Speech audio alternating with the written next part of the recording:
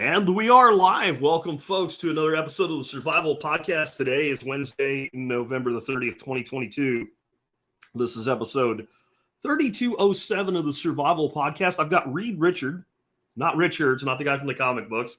Really cool dude. We're going to be talking about some permaculture stuff, life as an anarchist. We're going to have some philosophical discussion today about the self and what that means. This should be a really fun episode. Before we do that, though, let's go ahead and take care of our two sponsors of the day. Sponsor of the day, number one today, is ButcherBox. I wanted to do something for you guys that are in the video anyway at ButcherBox and let you guys know that, like, one of the cool things about being a ButcherBox member is not just that I get a specific box of meat. I can change it out and all, but it's pretty much the same stuff that comes to my house every month. I've got some recurring deals and stuff like that, but they also have member deals. And right now with the holidays, they have some holiday deals, and you can see some of the stuff they have, like a whole beef tenderloin, free range turkeys, etc. You see what's in my box?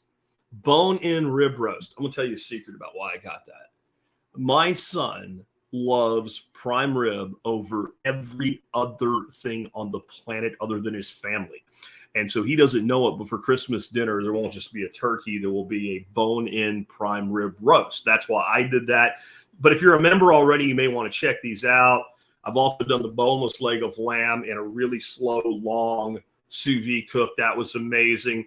Good stuff here. Check it out. And if you're not a member, remember, you become a member of ButcherBox and you're a member of the MSB, you get $10 off a month. That's $120 from one supporting vendor in my membership program, which is on sale, but I'll tell you about that at the end of the show today. Next up today, JM Bullion. Whenever I talk about Bitcoin or anything like that, people are always like, I believe in silver and gold. I'm not a either or guy. I'm an everything guy. I believe in true diversity of your investments and your assets. So I stack silver and I stack gold, but we're coming up on Christmas. And I think that kids get way too much crap anymore, and like lasting value is something you can give kids, but there's no reason that lasting value can also be educational, informational, fun. So I challenge you today, check out JM Bullion. Just go into like their silver inventory and look at some of the really cool things that you can expose kids to through silver rounds and silver currency. South African, Australian silver coins, there's some really cool stuff there. Old school 90% and 40% silver coins from U.S. circulation, British silver coins, Apollo 11 silver, New Zealand silver, Australian silver, world silver coins, all kinds of stuff. You can even get silver bullets, silver dollars, and Mexican libertads. You know, it was a time that even Mexico's currency was backed by real hard currency. Lots of cool stuff. It's not very expensive. I have for my grandson kind of a treasure chest type thing where he can lock stuff away and be responsible for it himself. And he really loves it. And so we add to that stack for him every year. Again, JM Bullion, ButcherBox, great sponsors of the show. If you like the show, you can always help us out by supporting our sponsors. With that, let me bring our special guest, Reed Richard, on. Reed, welcome to the Survival Podcast, man. Hey there, Jack. Thanks for having me today.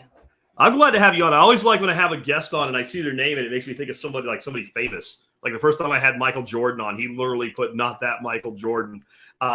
Reed Richards, I was like, that's from like comic book days, but it's Richard, not Richards. So it's funny. That's who I'm named after. That's my dad's favorite comic book character from the Fantastic Four, and so it's been funny growing up with that. I'm also born on Halloween. And so that idea of like a comic book character getting dressed up for any holiday or just because it's your birthday has been fun.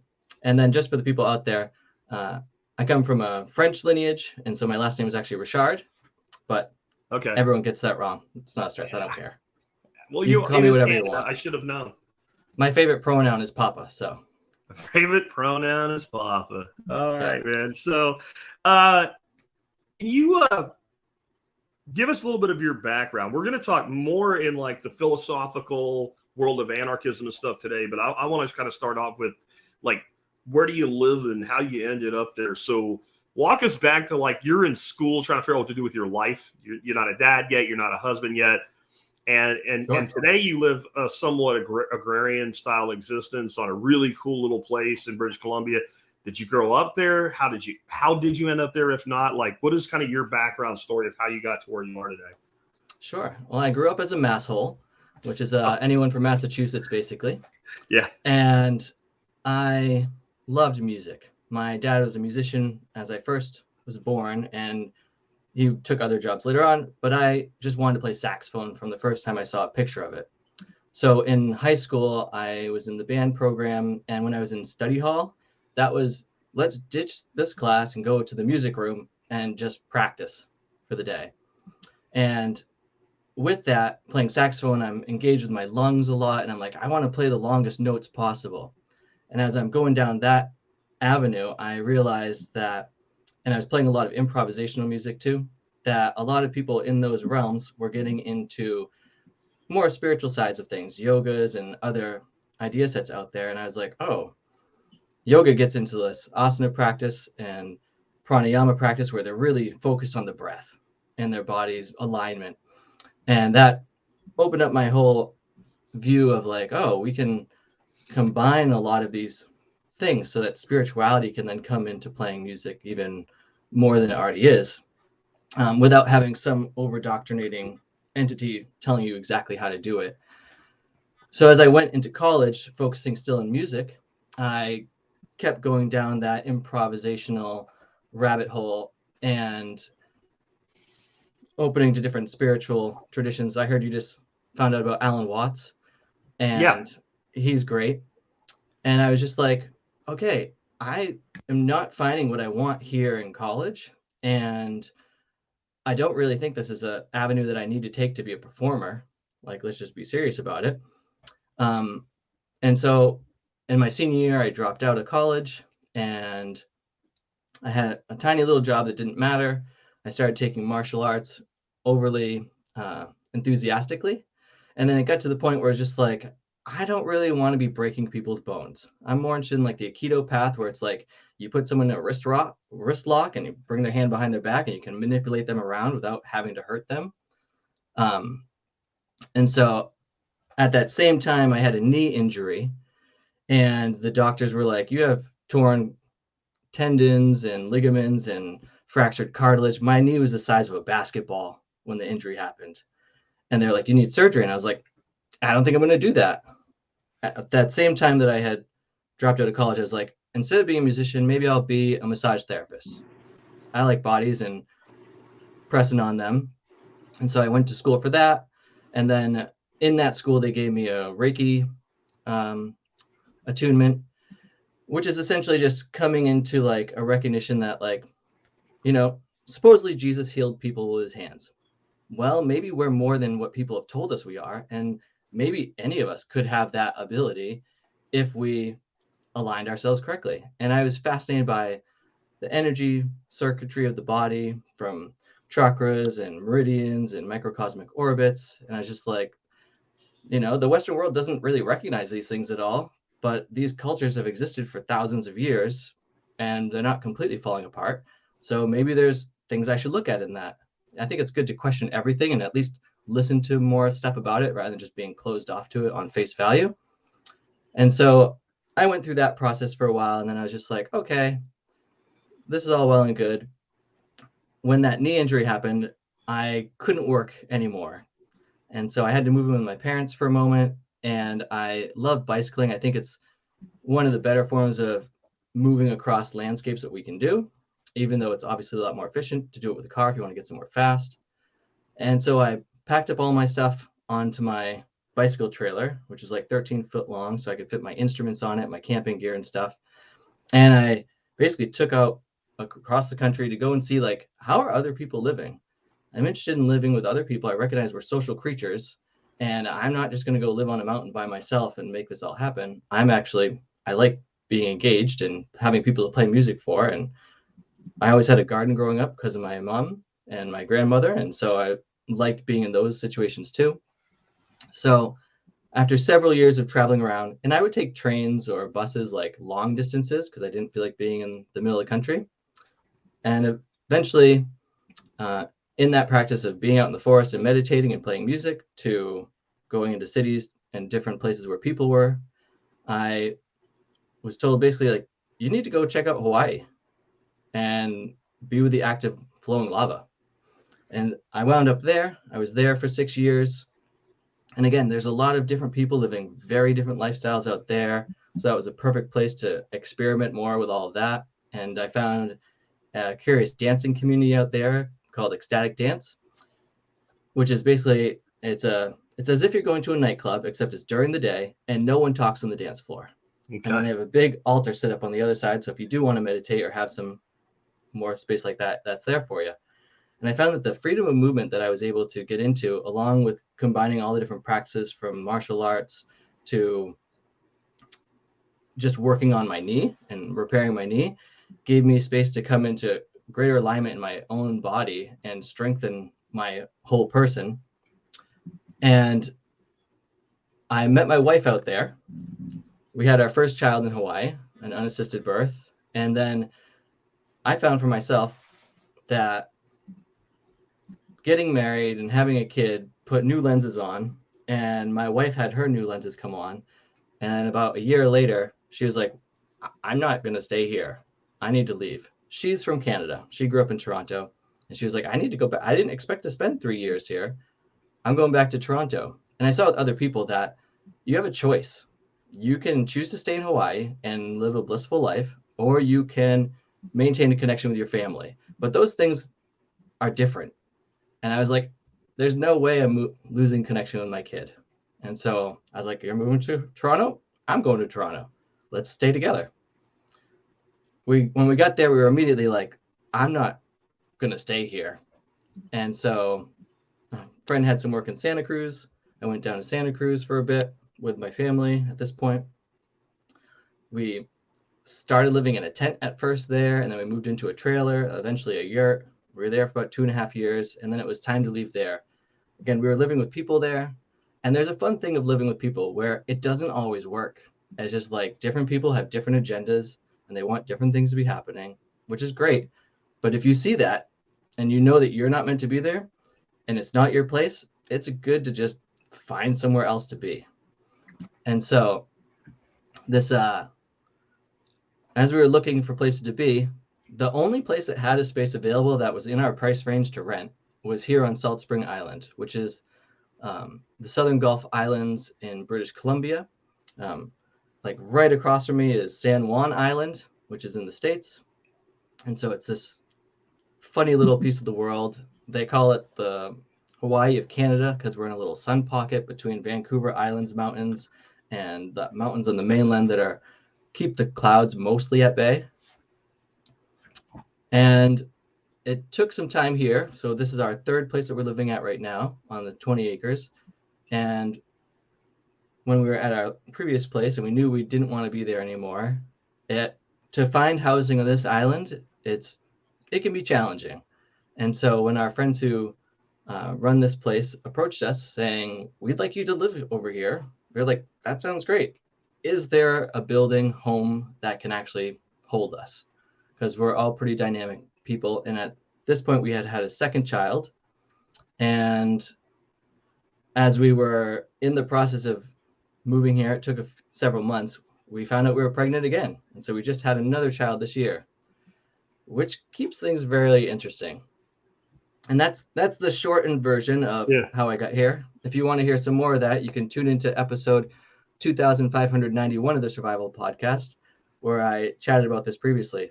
That was back in 2020, right before the whole pandemic took place. Yeah. And it was funny to go back and listen to that and be like, oh, lots of stuff that I was chatting about going to happen in my life didn't take place because everything got screwed all up. Everything got changed. Yeah. And for those that are not on the video, while Reed was talking, I brought up one of my favorite quotes from Mark Twain: "Travel is fatal to prejudice, bigotry, and narrow-mindedness."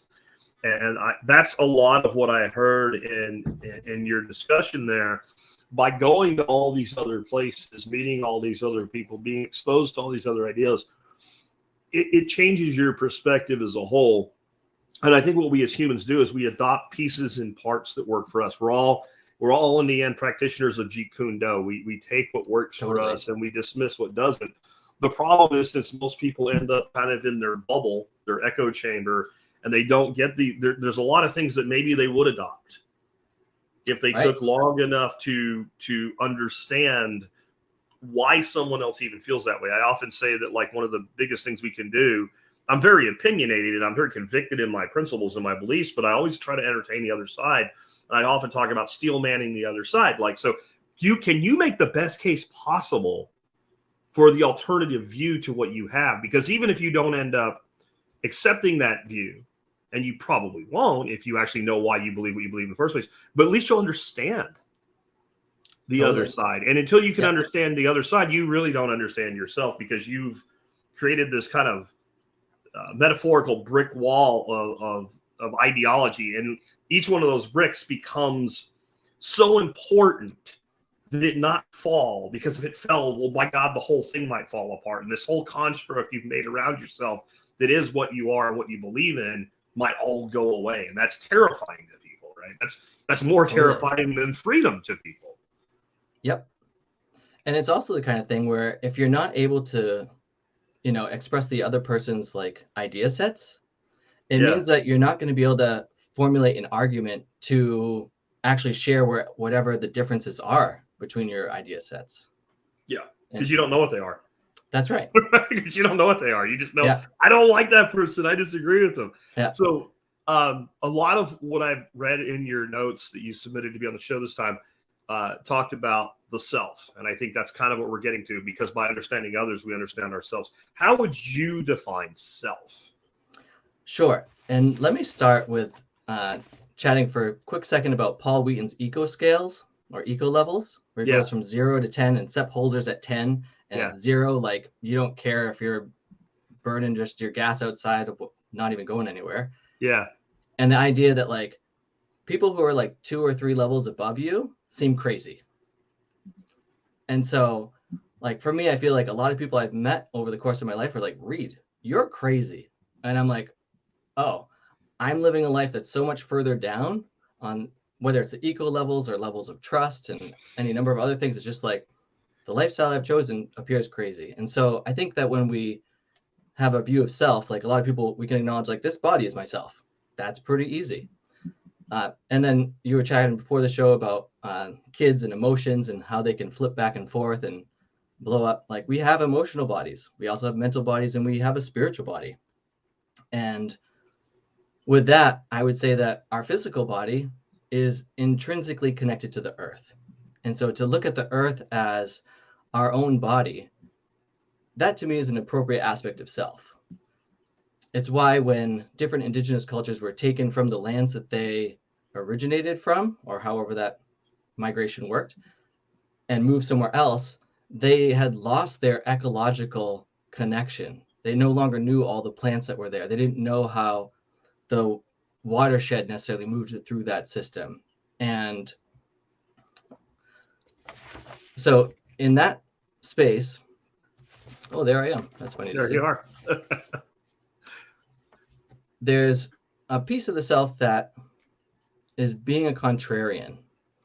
The notion that like, just because you're in a particular culture, that like being able to just think about different ideas outside of that culture, like how many women in the world don't have the right to get an education? I think that's ridiculous, but could we communicate to people there that like, it's good to get an education? And why do you want that? Because we have a mental body. And when we allow ourselves to be educated, we grow as people. And if there's any part of yourself that's not growing, my opinion is you're probably dying at that point. And I see a lot of people going around that are very clearly physically unhealthy. And you're like, you're just waiting for death. You have all these comorbidities and whatever. Well, if you're not emotionally agile and have emotional maturity, my opinion is the same as true with that. It's like you should be able to hear someone else's completely radically different view and not just blow up and use ad hominem as your first form of defense to that.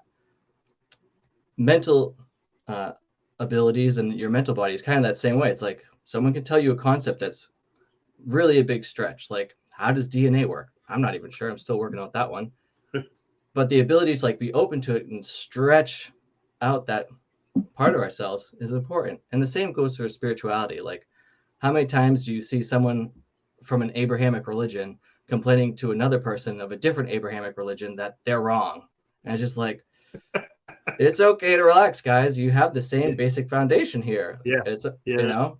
And even the notion of like, hey, people in different indigenous cultures have a completely different spirituality. And again, maybe there's little pieces from that are good that can make our own lives better. Then in that, having our physical bodies, a lot of people seem like they're cut off in their sense of self when it relates to not just dying, but also sexuality.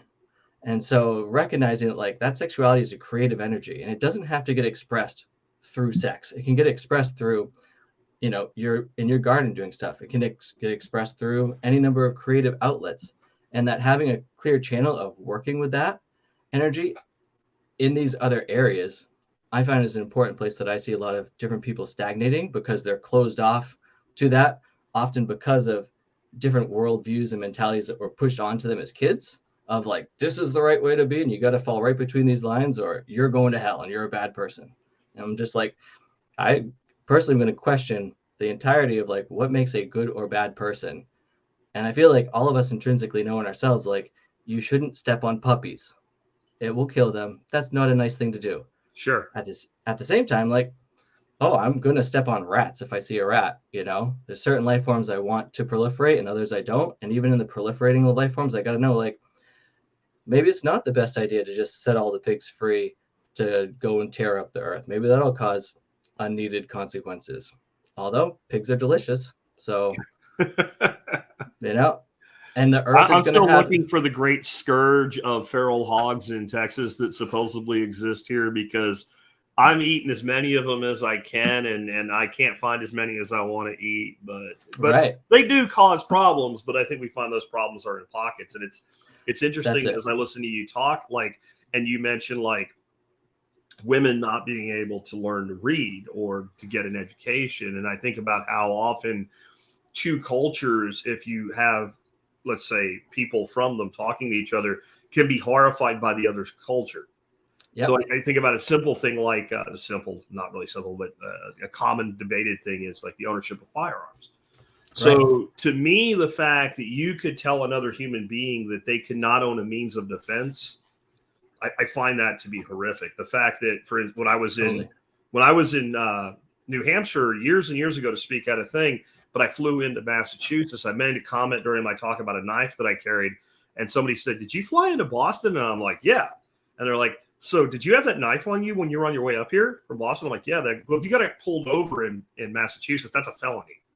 Right. So I could be thrown in prison because the length of the blade was an inch too long or something. And to me, I find that all horrific. However, when I've met people from London and they realize that you can just walk around with a knife in America, yeah, why not? Well, they're horrified by that because people get stabbed in London all the time because, well, it's hard to get your hands on a gun in London. So, or you talk to somebody that's from a country that has very strict gun control, and they come to a state with open carry or something, they see somebody walking around with a gun, that's horrific to them. To me, it would be horrific. That guy's over there minding his own business. He's not bothering anybody. And two guys in costumes will grab him and put him in a cage. Yep. And it's interesting what we become comfortable with and what we become uncomfortable by. And so to me, the more I learn, the more I gravitate toward the rights and freedoms of the individual versus the comfort of the collective. And that's about self, because when you're confident in yourself, you're okay with other people taking liberties that you would not, as long as they don't harm somebody else. Totally. And a lot of that I find is also about like finding the edge. In permaculture, we learn that like the most amount of diverse life is happening on the edge of systems when they meet.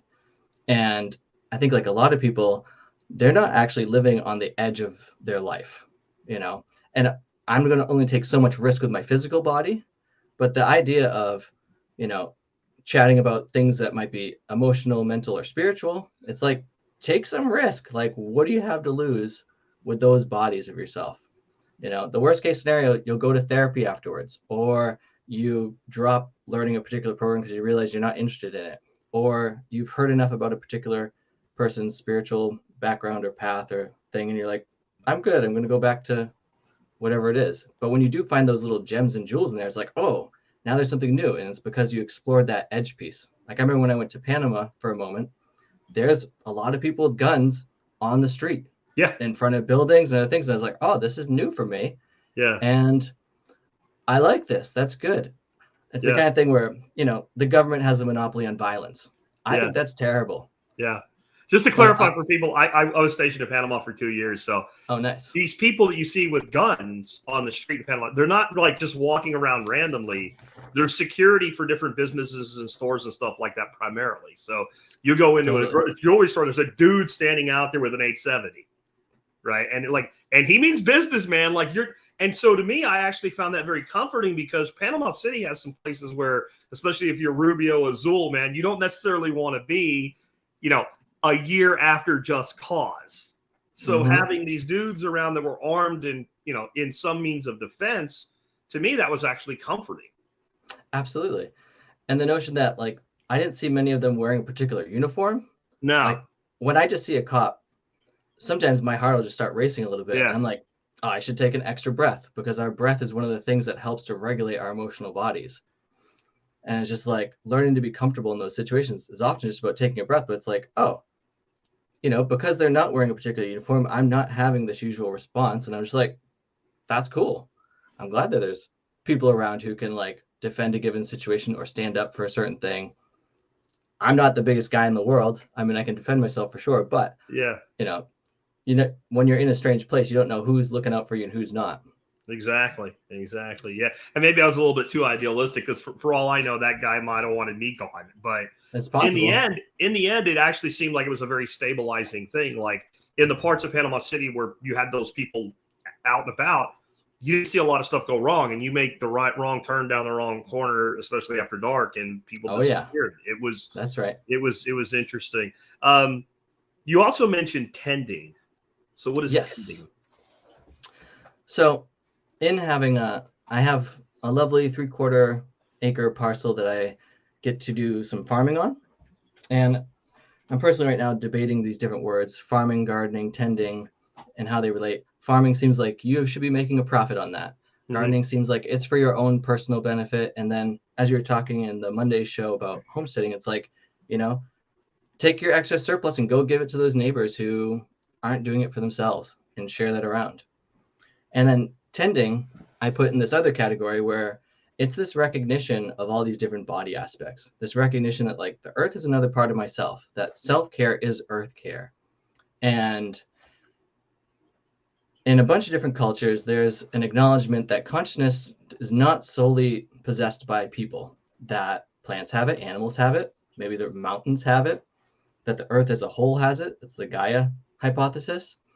And, you and I having a conversation, we can clearly tell that we're communicating together. It might be a little more difficult for people to understand that plants are communicating as well. There's a lot of good research that's just come out to show how much communication is happening in the forest floor. Yeah. There's a lot of same with the organisms of the soil. And when we quiet ourselves down through meditative practices, it can be possible to pick up on what the plants or the other organisms around are trying to communicate.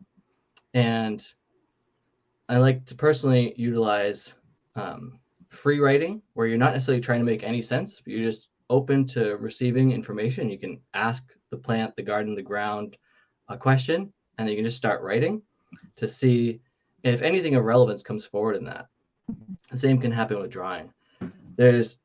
We put so much importance on verbal language that we often miss out on all the other forms of language that are out there. We clearly also have body language, which is why it's nice to not wear masks, so we can see all the micro muscles of each other's faces and know about where someone's coming from. And with the plants, if the leaves aren't yellowing, you might not know if there's a deficiency in magnesium or something of this sort. But before that yellowing happens, if there's a magnesium deficiency in the soil, you could actually pick up on subtle frequencies that are being relayed, because this conversation is trying to happen at least from the plant's perspective. There's also a book called Braiding Sweetgrass. I don't know if you've heard of that. I got some notes here for myself. Let me shuffle through. Braiding Sweetgrass? Yes. Okay.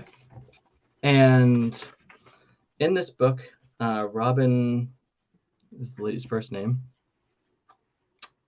She has a moment where she's with these beans in her garden, and she realizes that she loves being in her garden. Most gardeners do. And she then questions the notion, like, maybe the beans love me as much as I love them. And that thing of, like, I've heard it said from the Chinese that, like, the garden's favorite thing is the gardener's shadow. And this notion that, like, all these other organisms are actually trying to communicate with us in some fashion or other. It's not going to look like humans communicating, but it is a place where there's a lot of extra information around when we are actually open to it. And so when you tend a baby or a grandchild, there's a level of care that you bring to it that when you're just babysitting someone else's kid, you don't necessarily have it there. And so, and the same goes with like an elder. If you've ever had the experience of, you know, having a grandparent or a parent who's in the process of dying and they need extra care, there's a level of care that you, as an offspring, as a descendant of theirs, are going to bring to it that potentially some other caregiver, person who's paid, isn't necessarily going to bring to that same situation. And so that's, and the same goes with like having chickens. And that could be like having a dog that's like your pet compared to having a dog that's just to keep all the livestock, you know, out of trouble. There's still these different levels of tending that are going to take place in those relationships. And the more aware we are of these other body aspects of ourselves, the more channels of communication can be open to receive and then allow those relations to grow more productively. Very, very cool, man. I like the whole tending aspect in of itself, just because I kind of feel like we're either imposing our will on plants in nature or we're collaborating with. Like there's only two ways we can either do nothing, we can collaborate, or we can impose our will. And imposing our will generally results in straight lines and monocrops and all the things that cause us great deals of problem in the world, in my opinion. And when you talk like that, people often say, well, how would we, hold on, I got to get rid of the porn survivor here. You wonder why they show up for discussion on anarchy and permaculture. But like, so people always get like, well, how are we going to feed the world? Well, you ask that question because we built a system that's predicated on doing things the way that we do them. Right. And if we had built a system more like you or I would be for, and you talked about changing that system, I think there'd actually be a lot more concern. Like, why would you mess this up? Like if you had a solid permaculture based culture around the world with different methods of food production in different regions, because not everything works everywhere, but we had this very integrated lifestyle, and somebody described what we have today as a solution to make it better, it would be abject horror by anybody that would be involved with having that change. You would never choose this unless you had something worse to begin with. And I think that's we as a species, we mined the planet instead of tended the planet. Absolutely. And we ended up at a point where we were so depleted that what we did that we call modern agriculture today, which is very, very old in its basic methods, was what we had left. That's what we had to do. And that's when people first came to North America from Europe, they were astounded by the abundance. They were astounded by the fact that Native Americans drank water out of a creek, right? They didn't make beer out of it first. They just drank it and they didn't die. Like, well, that's because they knew don't crap in the creek upstream of where you're going to drink the water. They basic things. And so tending puts us much more into that place of an understanding of our own finite self, that we will, regardless of what you believe about us spiritually, we either go on or we don't after our shell crumbles, but we will die as a being on this planet. We will cease to exist.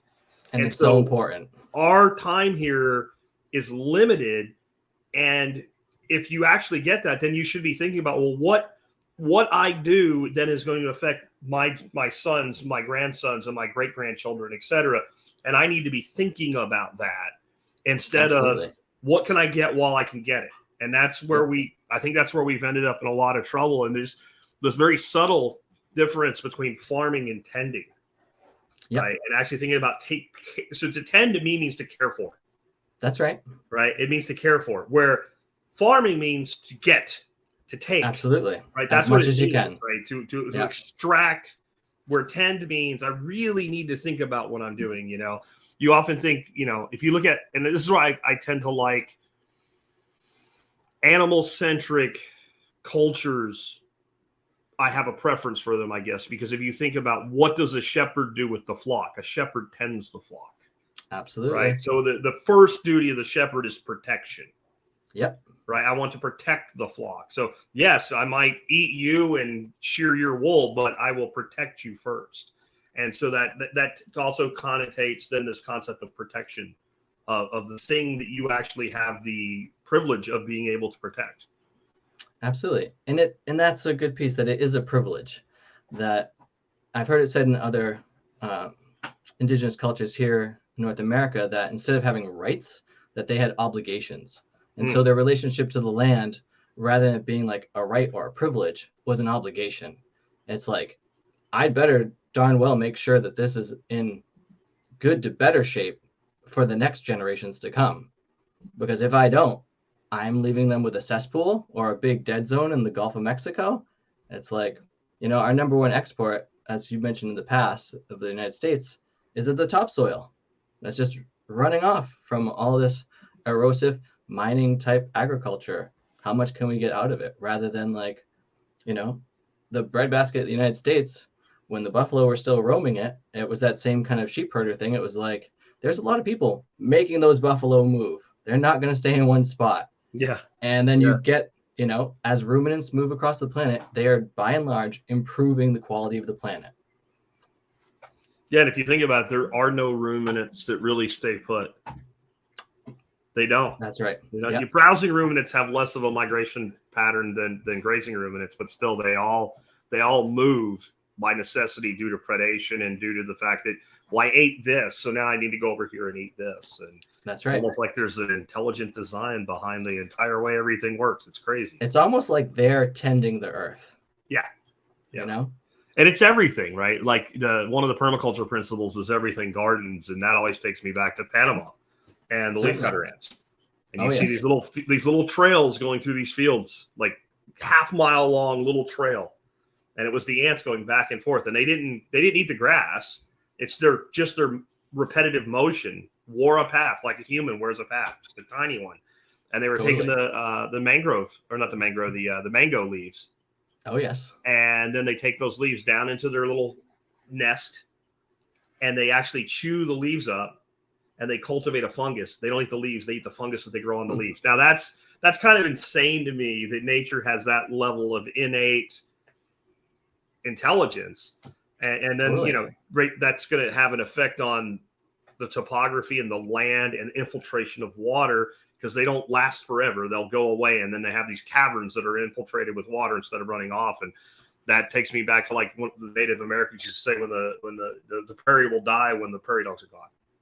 Like as soon as the prairie dog's not there to let the water infiltrate, you get this hard pack. And you could just come up with example after example after example of the earth tending to itself through its natural organisms. And I think we get in trouble and we forget that we're one of those. We take humans and nature and we separate them. Like the humans should all be in their cities and nature should be over here, and you can go look at it, but don't touch it. And I think that takes away the concept of what we're here to do in the first place. If you look at what we can do, if we try, our net benefit is massive.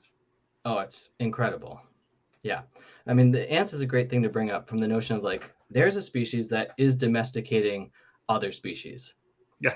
And it shows that like domestication is actually another aspect of being wild. And, humans are clearly the most domesticated species on the planet. And then it's usually the things that we're domesticating that come next in line of that domestication. And I think that part of like you brought up the cities there. And I think that when Europeans, because there's a lot of messed up stuff in Europe, but there were like, a bunch of tribes all back in the day doing all their thing. And then different empires came in and took over at different points in time. And then people left there for this new world, and with the idea of having a space to be free, that you weren't going to have to, bow your head to every little royal dictate that came through, up to the point that we had, the Revolutionary War and all those things, try to like reinstate that in a fashion that made it possible for people to continue. And the curious thing is, in that process of domesticating the Europeans and coming over into the New World, we started putting these shells around, like, the church was involved in your spiritual life and you had to go through them to get that. They had universities and educated people who were in charge of your mental life and you had to go through them to be an expert. We're not even going to talk about emotions. Give us a break. That's just some female stuff that nobody cares about. Let's just keep it. And then you have your physical body. Use it as long as it works until it breaks down, and then get out of our way because you're not useful anymore. And each of those things, as I look back across different lineages in my own life and things that are happening in society, whenever those moments happen for an individual, it kind of creates a knot in their ethereal body structure. I say ethereal in the notion that I can't physically see my emotional body. I can't physically see my mental body or my spiritual body. And these knots over time develop little stagnations in us, places that we're not willing to grow. You spoke about a person having bricks around their ability to hear other people's perspectives and things. All these knots function like that.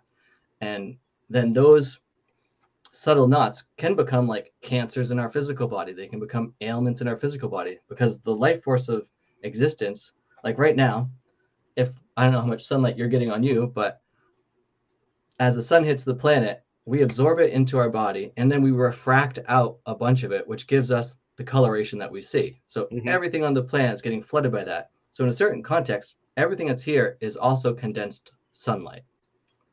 And in that condensation of it, we're crystallizing it into our physical body. We're getting nourished from it in a different way than plants, clearly. We're not completely powered by it. But those knots, as they build up, make that death process take place. And there's processes people can do to unwind those knots and to let go of those old triggers that are in their bodies and being. And then the curious thing about knots is, where would we be without knots? We wouldn't have made fishing nets. We wouldn't have, all the different lines of thread and such that take place in our world to help us be connected on the interwebs and stuff like this. There's beautiful knots like the Celtic knots. There's knots in the landscape where, the confines of your landscape are going to make a more eloquent design. And so it's the notion if you have a river flowing through your yard, that's a pretty big obstruction. So that's kind of a knot that you have to figure out how to work with that knot to make it function better for you. And just this idea that there's all these different knots that we're being with, and it's fun to play with different knots and to give ourselves these challenges of different kinds of knots to play with. And that those knots can bring beauty and function more into our life, but it's by dealing with them that it brings that. So if we're just ignoring all the little triggers, like someone says, a pronoun or whatever the things are today, I don't even know why people are triggered for the most part. Yeah. It's whatever traumas that they experienced growing up that they haven't dealt with. And it's once you deal with those things, you have more ability to accomplish more. You have more life that can just flow through you to do different things. And if you're interrelating with a landscape and other animal systems, you realize that those knots are these beautiful potentials to create more abundance and resiliency around. And to be able to just take off whatever lens, worldview, mental space we've had that we don't want to look at that stuff, to actually go in and look at it and deal with it for a moment. And then maybe we're just that thing just sucked. This experience I had, it was just terrible. I don't need to look at it anymore. I can now move on with my life because I'm not upset about it from a place where I can't brush my teeth in the morning and get out of bed or take care of myself. I got to watch another inspiring YouTube video to then go and drink a coffee or whatever. It's I got to be inspired by YouTube to drink my second coffee. That is the first world in a sad nutshell. And don't forget to pick up your avocado toast from Starbucks. They're tasty. Yeah. So you're on a shared property, 20 people, including kids. It's about 20 acres. What's life like that? And kind of tell us a little bit about the ethos of your community and what life is like there. Sure. We're working out the ethos right now. So we had a meeting earlier in this year to see where we're all at, what common ground points do we have to work from? And in this community, one of the reasons that we were interested to move here is because they're celebrating the Sabbaths. And by Sabbaths, I'm looking at like the pagan Sabbaths or the Celtic Sabbaths, depending on whose wheel of time and seasons you're working with. And that connection to, like, I have Irish heritage, my wife has Irish heritage. My eldest daughter, every now and then is learning a little bit of Gaelic here and there. And many of the other people who live here have a bit of that heritage in them. And so some of them are learning the songs from Gaelic, Irish, Scottish traditions. There's also a piece of like there's two properties, basically, two 10-acre parcels side by side, one of which has been held for about 15 years and has the beginnings of a food forest going on and garden beds. And that's one, I'd say it's probably about 5 or so acres of it are fenced in. And then the other half has maybe like an acre or so orchards on it. It's very rocky. And a few of the words that we thought of that we wanted to like collaborate around were resiliency, play, education, particularly because we all have most of us have young children, and then like a big question mark of like, how do we do with that? And so interesting pieces are that not everyone thinks the same about everything. And as I was just talking about different knots in people and different triggers and things, like, I, for one, am coming from more of an abundance mindset. Like, I might plant 20 cabbages, and if a deer comes in and eats 3 or 4 of them, I don't care. Frankly, if a deer comes in and eats 20 of them, I'm like, this is just a lesson. I'm going to go find where the deer is getting in. I'm going to fix that, and I'm going to try to be ready to harvest the deer next time it comes in. Whereas other people might just get completely upset, like, oh my gosh, all my food for the winter's gone. And I'm like, is it really? And the difference between the fear mindset and anxiety mindset in space people coming from compared to the abundance mindset, compared to like individuals who are like, I would rather just grow my own stuff. And then when you need help for a moment, you can just ask for some help. And if I'm available, I'll come and help you. So all of those dynamics are like shuffling around, playing. We have on Mondays what we call it Farm Day. We get together in the morning at 9:30. We basically sit in a circle. We'll have a moment of check-in for each person to share what's happened in their week. And then we go into a logistics moment. So we have a shared studio space. It's got a tall ceiling in it with a big loft. So I've strung an aerial fabric up in there. If you don't know what that is, it's like Cirque du Soleil when they have a big fabric coming down and people wind themselves up in it and do all kinds of tricks and stretches and things. There's also enough instruments to have a band play in the space. And so lots of different events happen in that space, from Sabbath ritual celebration stuff to women's groups to men's groups to children-based groups to people who are doing weaving stuff. The island that I live on has a very active, like, let's call it alternative skill sets happening. So there's forest schools, wild immersion-based schools. The list go on for a while there. But in the community here, we're really still gelling. One family moved. So there's one family with about to be a 4-year-old that owns the place. Then another family with 2 kids, I want to say 8 and 4, moved in last November. My family moved in February. Now we're up to 5 people in our family, and 11, 2-year-old and a 5-month-old, along with my wife and I. And then the 4th family moved in, what was that? May, June time, I want to say. And then there's a few other people who live here who either are, let's say, single parents, co-parents, or single individuals. And it felt like we all kind of came in, and now the dust is like settling, and it's still hard to see through the dust. Like, we asked ourselves, do we want to garden together? And there was a lot of different ideas that came out from concerns to not really. And because of the acreage on the other side that's been fenced and is like a mini food forest going on, when people get excited about permaculture and suddenly they're just planting all the comfrey everywhere and all the other perennial plants everywhere. Yeah, that happened. And I don't know how much time you spent with blackberry. We have a lot of blackberry that grow on the island.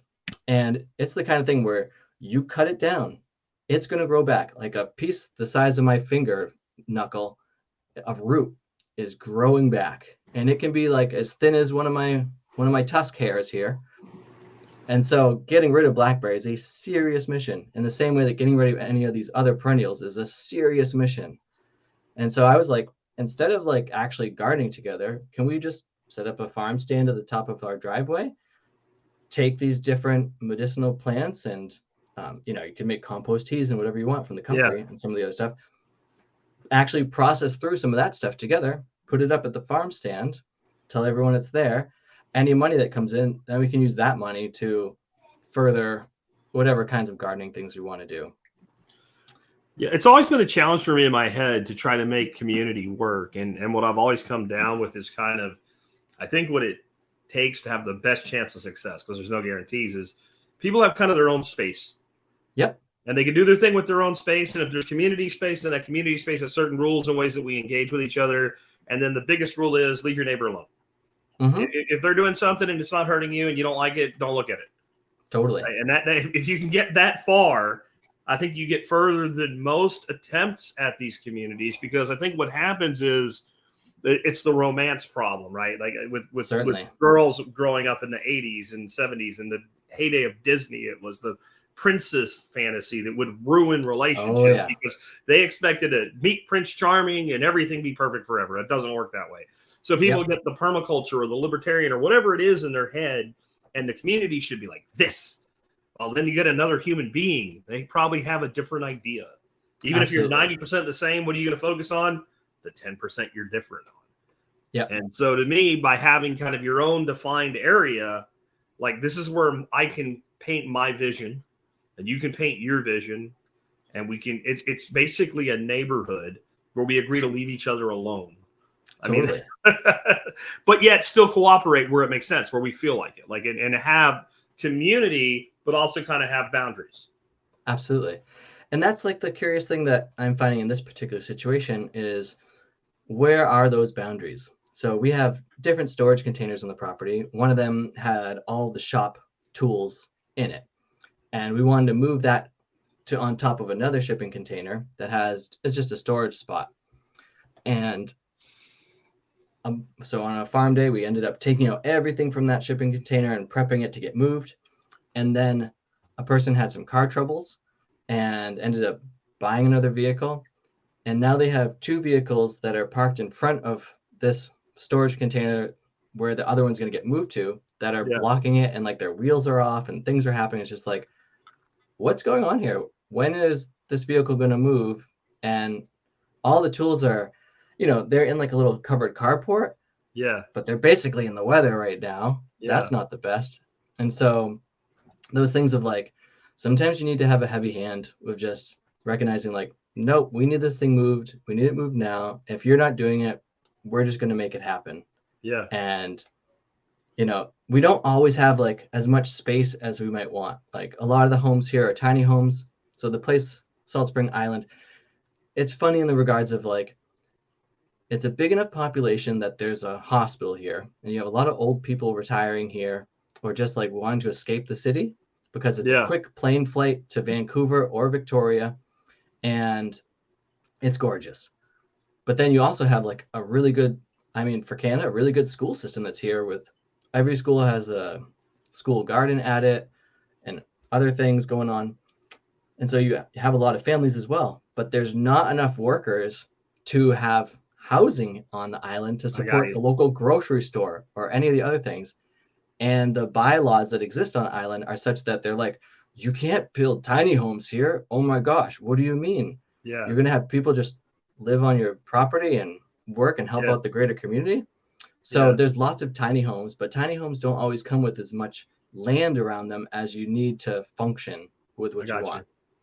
And I so I'm like, I don't know how you guys work out all these details, because I'm on the other side of the property. It feels like I'm in zone 4 or 5 in like the permaculture space compared to everyone else's 1s and 2s that overlap a whole bunch. Yeah. And I was like, I can't even hear your kids scream when they're screaming, just with the way the land's laid out. Yeah. I'm like, which is largely fine, but other issues come up. And I'm like, not my issue. I'm going to stay out of it for now. and I think that that's like an important thing to know. Just like when you're living with others, there's a time when it's like, I don't need to deal with this issue. Actually, this is someone else's issue. And again, sometimes people, where they're coming from, it's just like, I'm not sure what you're holding on to from your past, but it's affecting your present. And I don't need that problem either, actually. Yeah. I'm not here to be your therapist. I know that therapy can be a good thing, but like, I'm not that professional. Yeah. But it's great when we are able to like work with the edges of people. So as a musician, I'm comfortable with music stuff. I don't even mind picking up instruments I don't know how to play and figuring something out. Whereas other people are like, I've never done that before. So there'll be different times when we get together to just engage in playful activities. Some people, I don't know if you know the game Magic the Gathering. It's like a card game that's out there. I know of it, but I don't know it. Right. So one of the people who lives here loves that game. And he was like, would you ever play? And I'm like, if you give me a deck to play with, at some point I'll play. Just like I could play a game of chess. You know, we have a nice sauna that's on the property. I'm like, I'll take a sauna with you. I'm like, I'm up for almost anything. Like, I'm not a sports guy, but I'm in a men's group and they like playing sports. So I'm like, I'll go out and play some sports. I don't care at all about it, but I'll play. And as long as you realize, like, I'm not playing to win the game, I'm playing to see how much fun I can have. Yeah. And just that notion of like, when I get together with you, I want to have fun. Like, I'm not here on this planet to like live in drudgery and not have a good time. You know, your catch line is, if times get tough, or even if they don't. I'm on the, I don't think they're going to get tough. I hear a lot of people complain about it, but people have been complaining for my whole life. And I haven't seen the world completely flip on its head, even though it did for a couple of years there. Yeah. I'm just like, and even then I'm like, I think we should live our best life. I'm not going to just go by someone else's edict about how to live and what not to do. Like, you're telling me not to get together, I'm going to keep getting together with the people I want to. Yeah. Yeah. In Illusions, Richard Bach says, we are the otters of the universe. We are here to learn and have fun. And that's the best meaning of life that I've discovered in my journey now of over 50 years is we are the otters of the universe. And totally. And that's what leads me. And I'm interested in what leads you, because you're a self-described anarchist. That's kind of what led me in truth to anarchism. Like, if I'm going to learn and have fun, then I can't be constrained by your bullshit when I'm not hurting anybody else. That's right. And, you know, I came up pretty anti-political as a kid. I didn't care. As I got older and I started to see the impact of government, I became, you know, small government Republican, which is just nonsense, twaddle words that don't mean anything, but the marketing works. So, and over time, I actually became to the point where I was actually a libertarian candidate for government in the state of Texas, and eventually made the leap to anarchism and ignored all the people say, well, it will never work. I didn't say that it was for you. Like, to me, it's more of an ideological decision. I don't believe that I can convey a right I don't have to another party. So I look at government and I see the vast majority of it, what it does is completely illegitimate. So what I mean by that, Reed, I don't have the authority to come to you and say, because you've earned 100,000 Canadian dollars or 50,000 Canadian dollars or whatever it is, you owe me 10% of that. I don't have that authority. We would call that mafia extortion. So I can't vote to grant it to somebody else. And so to me, it was mostly initially anyway, an ideological decision. Was it similar for you? Somewhat. When I first heard about anarchists, I was in high school in history class, and I heard about the Chicago's Haymarket Square riots that took place. And then there's a bunch of anarchists who were basically put on trial for causing that to take place. It was, you know, another one of these like completely rigged jury situations. And in that, as that happened, and this was during the workers' rights movements back in the day for like an 8-hour workday. I'm like, if you don't know about this, like, you might want to go back and look history up to whoever's listening out there, because people fought to get it down to an 8-hour workday. And that doesn't mean you can't do other stuff, but, you know, if you want to show up at the steel factory, that's another thing altogether. And in learning about the Anarchist, then I was like, oh, I feel like I like this basic idea. And being a musician and liking improvisation, where it's like, yeah, you might be playing with some other people, but you're listening, you're having an active conversation. And just because they're playing in one key doesn't mean you can't play in a different key. And that thing of like hearing those tensions building and being comfortable with letting tensions build and then having their natural resolution take place. And so I started researching anarchism a bit and different anarchists. And the one I came across in particular who I was just like spellbound with was Emma Goldman.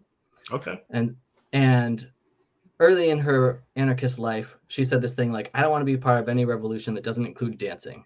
And I'm just like, I love that. Yeah, we should be having fun and enjoying ourselves. And she was also so like committed to her ideals that she helped her partner, whose name I forget right now, plan the assassination of Henry Clay Frick, who was a steel magnate at the time. My recollection is that was unsuccessful, but shortly thereafter that, President McKinley was assassinated in 1901, if I remember correctly, and she was blamed for inciting the person who tried to kill him. And I'm just like, I think we need extreme measures. I don't think we need to go killing anybody, but I think just choosing to live a different lifestyle is actually an extreme method to like go about things. And that in doing that, you have to develop a lot of trust with people. So she ended up becoming a nurse and going around and talking in different, and so she was a Russian immigrant. She spoke a bunch of different languages, including English. And then as she was going out as a nurse, she was educating women about their bodies and all the different cycles and stuff. And, that was not happening at the time, so and then she went off and she lived a very exciting life, going to many different places that had exciting different revolutionary moments happening. And I was like, and she realized that it was the consciousness of the people that had to change before you could actually change the system that was governing them. And I was just like, this seems like an important key. Most of the people I chat with, again, when I get onto like really different topics, like what our bodies are made of, or, how to garden, how to tend, or any of these other ways of being productive and non-productive members of society, you have to develop trust with the people to get there. And I was having a conversation last night in Masano with my friend Mike Hahn, shout out, and I was asking him about some different men's group and work in this area. And I was just like, the ladies seem like on their radical progressive side, like they're getting really in touch with their bodies. They'll talk about their menstruation cycles and all these other things that go along with being a lady. And I don't really hear men talk about being men and what's going on with their bodies and aging or staying healthy into old age and different things you can do to maintain your health. And I was like, what do you think's up with this? And he's like, I think it's about trust. And as I was chatting with him, I realized that Paul Wheaton's eco levels actually relate to a trust level too. And so people who have like extreme trust and live on the edge of life, like seem crazy to the people who are living a real trustless life, or if they're putting all their trust in the government, a too trustful life. And I was just like, this is interesting. I'm like, and this relates back to Bitcoin, where it's like this trustless peer-to-peer thing that's going on, where I just need to be okay that there's all these other people out there mining, holding the nodes and the lightning spaces, and recognize that like, I don't have trust in my fiat currency or the government's currencies. And I'm much more likely to trust a group of people who self-identify with that this is a place to store wealth. It's not my rent money. It's a place to store wealth. And I'm not going to be a shepherd having like a giant 300 flock of sheep on no acreage, because that doesn't work. Yeah. So I'm not going to pass on all those sheep to my kids, but I could pass on this Bitcoin to them.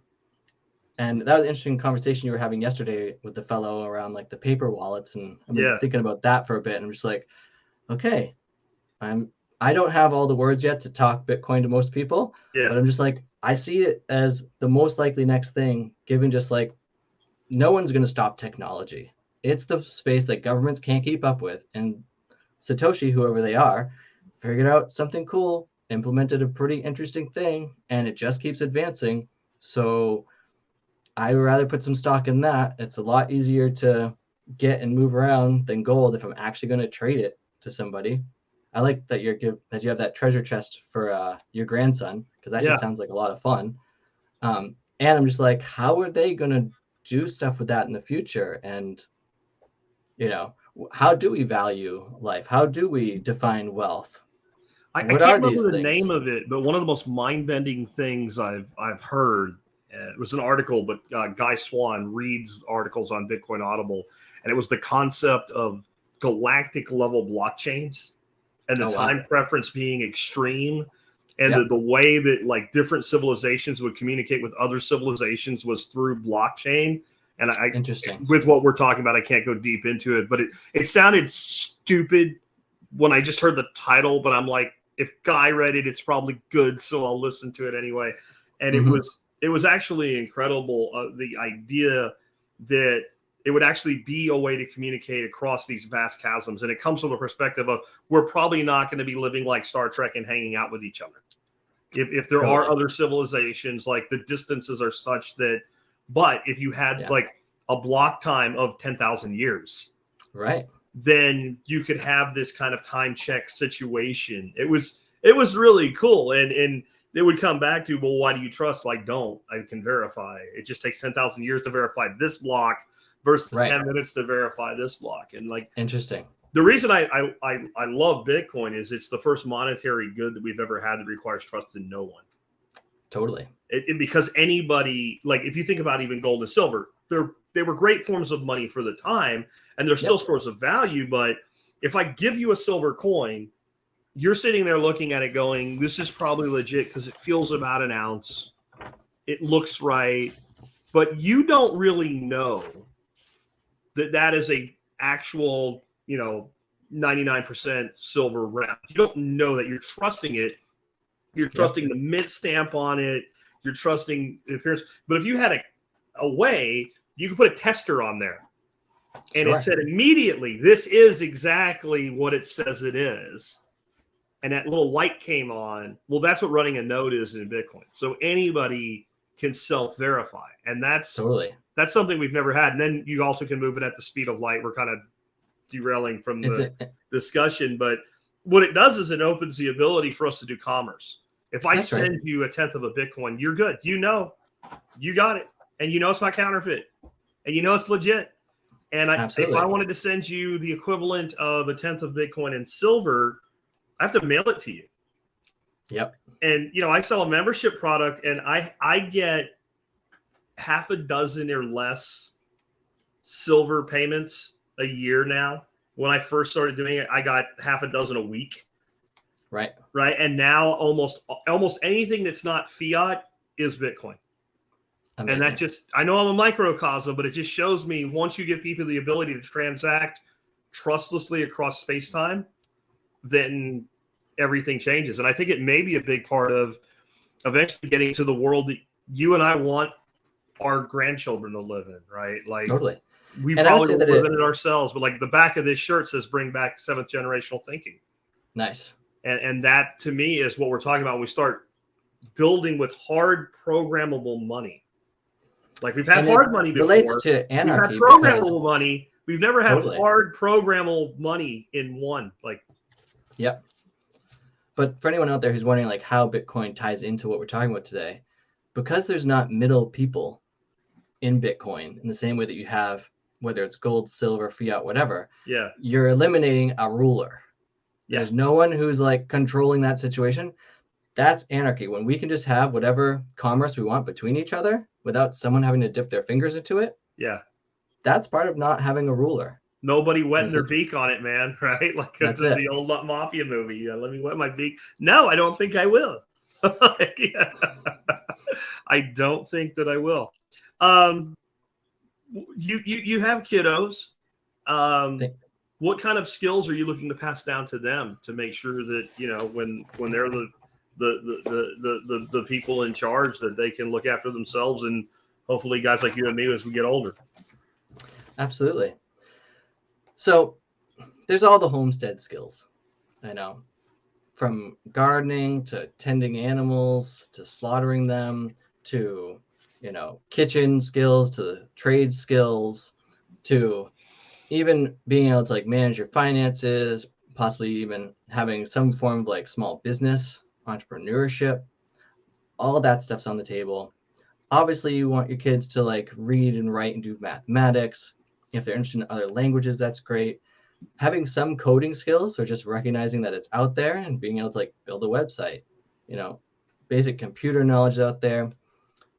The old surviving in the woods. So my eldest daughter is in a school called Wolf Kids, and it's essentially like a primitive skills school. So they're weaving baskets out of stuff that they're, willow branches that they're picking.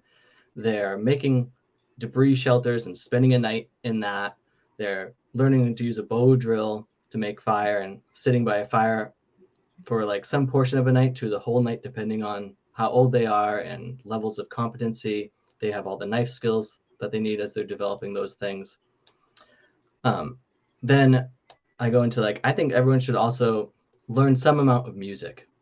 And I say that from the perspective of, to me, music is one of these pieces that connects to spirit and however you want to view spirit.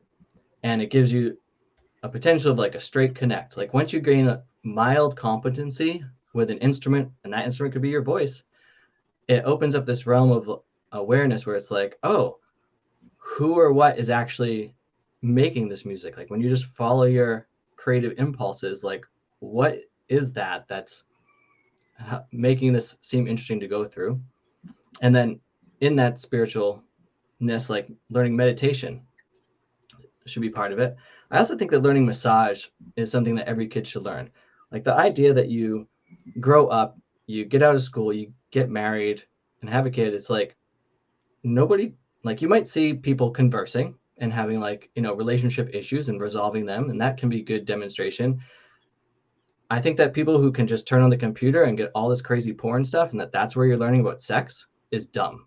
I think that the ability to like give a good foot or hand massage, even to like a grandparent or whatever, that like there's a level of connection and tending and care that goes into that. That's just great. The ability to like massage your own self is amazing. And then if you want to extend that out into your local community, because sometimes people get like sore shoulders from doing too much work and being too repetitive. It's like not being afraid to just get in there and rub that out. It's not actually difficult. And, in the mainstream culture, I'm pretty sure it's like touch averse, especially after like these last few years. And I'm just like, I think we could actually have a touch positive culture where it's like you're hanging out by a fire, you're talking story, and someone's like, oh, my back, my shoulders, and someone can just go over and like gently put a knee into your back while working on your shoulders. It's like, oh, you feel so much better. And then the differences in mindset and worldview that can take place by educating your kids, recognizing that there are all these other cultures in the world that have all these other ideas. Like talking to my daughter about like, there's places in the world where girls do not get educated.